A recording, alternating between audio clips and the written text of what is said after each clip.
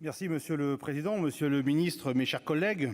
En 1945, le Conseil national de la Résistance souhaitait déjà donner une retraite permettant aux vieux travailleurs de finir dignement leurs jours. Bien plus qu'un acquis social, notre système de retraite par répartition incarne les valeurs humanistes chères au groupe RDSE et qui sont au cœur du pacte républicain. 75 ans plus tard, ce pilier de notre équilibre social est de plus en plus fragilisé par une évolution démographique défavorable et un déficit qui pourrait devenir important. Selon les prévisions du COR, le régime serait déficitaire de 8 à 17 milliards d'euros en 2025 et la trajectoire se dégraderait jusqu'en 2030. Cette situation ne date malheureusement pas d'hier. En préface du livre blanc sur les retraites, Michel Rocard rappelait que nous avons vis-à-vis des générations futures un devoir de lucidité et un impératif de solidarité. Nous leur devons des choix pour garantir leur avenir. C'était en 1991. Cela fait bientôt 30 ans que les gouvernements successifs, de gauche comme de droite, tentent d'apporter des réponses satisfaisantes en vain. Et cela fait plusieurs années que nos concitoyens, notamment nos jeunes, sont particulièrement inquiets quant à l'avenir du système actuel. Ce dossier est en instance depuis trop longtemps. Oui, une réforme de notre système de retraite est évidemment nécessaire. En effet, ne rien faire menacerait la pérennité de notre régime par répartition et hypothéquerait l'avenir des générations futures. On ne peut se permettre de faire peser sur les générations à venir tout le poids du financement de nos retraites. Cela ne serait pas raisonnable. Et comme l'a récemment rappelé le président Jean-Claude Requier dans cet hémicycle, ne rien faire serait tout simplement irresponsable. Nos concitoyens ne comprendraient pas que nous n'ayons trouvé ni le ton ni les mots d'une réforme juste. C'est pourquoi nous notons la volonté du gouvernement de mettre en place un régime universel de retraite par points, tel que le président de la République s'y était engagé pendant la campagne présidentielle. Le groupe RDSE est globalement, mais pas unanimement, monsieur le ministre, favorable et l'a rappelé à plusieurs reprises au sein de cet hémicycle.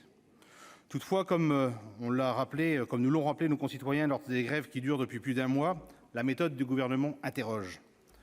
Et nous avons surtout besoin de plus de clarté sur le financement des futures retraites. Cette réforme ne doit pas être synonyme de rupture sociale ni de paupérisation des Français. Oui, monsieur le ministre, une réforme systémique est nécessaire et le souhait du gouvernement de mettre en place un système qui repose sur 3 grands principes dont l'universalité, l'équité et la responsabilité est honorable. Ainsi, pour garantir la pérennité et l'universalité de notre système des retraites, il est souhaitable d'adapter un régime identique dans ses fondements pour tous les Français. C'est sans doute l'utilisation du terme universel qui crée autant d'incompréhension dans la population. Cependant, un système équitable doit permettre de mieux protéger nos concitoyens en tenant compte notamment des périodes de maternité, des carrières heurtées ou de la pénibilité, qui pour nous est un élément essentiel dont il faut tenir compte. À titre d'exemple, comment imaginer qu'un marin-pêcheur doive travailler jusqu'à 64 ans, comme le suggère l'état actuel du projet gouvernemental? Dès lors, comment peut-on raisonnablement penser qu'un euro puisse ouvrir les mêmes droits pour tous? Par ailleurs, le pacte originel, imaginé en 1945 par le Conseil national de la Résistance, prévoyait le maintien des régimes spéciaux antérieurs pour une période provisoire. Le Conseil d'orientation des retraites s'est lui-même interrogé à plusieurs reprises sur la simplification de notre système de retraite particulièrement complexe. Ainsi, votre projet d'alignement des régimes spéciaux semble s'inscrire dans cette logique historique. Mais est-ce pour autant possible? Cette réforme suscite une réelle inquiétude, la défiance, le mécontentement et la colère d'une partie de nos concitoyens. Aussi, pour sortir de l'impasse, plusieurs secteurs ont obtenu des aménagements, voire le maintien de leurs spécificités. Les régimes spéciaux laisseraient ainsi la place à des régimes spécifiques, mais basés sur quelle universalité? Lors d'un débat sur la réforme des retraites à Rodez, le 3 octobre dernier, le président de la République avait affirmé qu'il n'accepterait aucune exception dans son futur régime universel des retraites. Et lors de ses vœux aux Français le 31 décembre, il a de nouveau rappelé que ce projet était un projet de justice et de progrès social parce qu'il assurait l'universalité.